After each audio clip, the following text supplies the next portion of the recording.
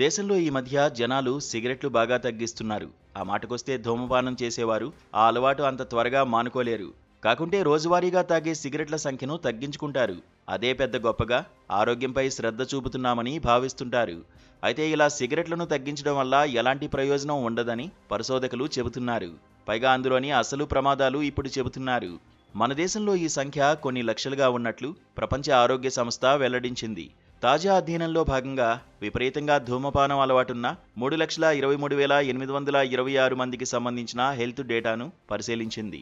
2005 నుంచి 2014 మధ్య వీరి జీవనశైలిని గమనిస్తూ వచ్చారు. అయితే ఈ మధ్య వీరిలో చాలామంది ప్రతిరోజు తాగే సిగరెట్ల సంఖ్యను తగ్గించుకున్నారు.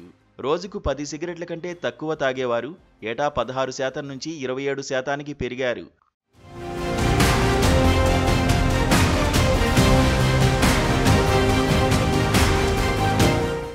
అదే సమయంలో ధూమపానం పూర్తిగా మానేసిన వారు 19 నుంచి 23%కి చేరుకున్నారు.